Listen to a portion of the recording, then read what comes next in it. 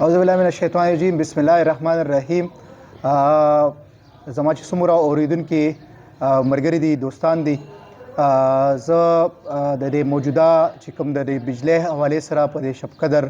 بازار او د دې نه غیر چاپیره څومره علاقې دي په دې کې د بجلی چې کوم صورتحال دی دې حوالې سره خپله خبره ایښودل غواړم. د تیر شوی تقریبا د میاشت نه زیاتو شو چې دا روجه ده، په روجه کې به نور کله حالات داسې وو چېرې دا غیر اعلاني یا لوډ شیډنګ به نه کېده او لږه به ګزاره کېده، د نورو په دغه لحاظ سره خو دې ځل ډېر زیات ظلم روان دی او حقیقت دا دی چې د شب قدر بازار او د هغې نه ګیر چاپېره څومره علاقې دي په هغې کې چې کوم دی یو غیر اعلانیه لوډ شیډنګ روان دی او په دې کې یقینا د دې چې کوم انتظامیه ده وابډه ده او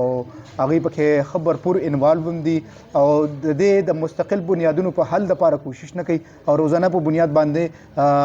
چې دی دغه شان مسایل جوړېږي لګیا دي. خلک پریشانه دي، په دې وخت کې په اعتکاف کې خلک ناست دي، په مساجدو کې خلک ناست دي، هغوی ته تکالیف دي. او بله ورځ چې کوم دا واقعیت شوې ده چې کوم د دې یو سیاسي لیډر میا معراج روتې دی او هغوی هم چې کوم دی په دې باندې احتجاج کړی دی او بله ورځ له سبا نه بل سبا چې کوم احتجاج شروع دی، سبا د پیر په ورځ باندې چې کوم پهلوان قلعه کې په 10 بجې باندې احتجاج شروع دی، دغه کال شوی دی. نو زه خپل اړخ نه او د ملګرو اړخ نه بھرپور د هغې حمایت هم کوو او په دې کې موږ دا چونکې عوامي مسله ده او د عوامي مسلې دپاره موږ چې دی په دې کې به انشاءالله هغوی سره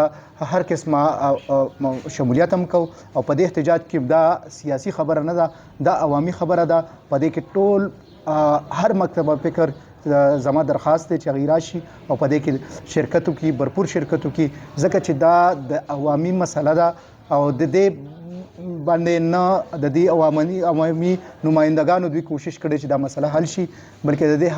حل همدغه دی چې یاره د دې خلاف موږ بھرپور احتجاج وکړو. نو ټول عوامو ته اپیل دی چې په دې کې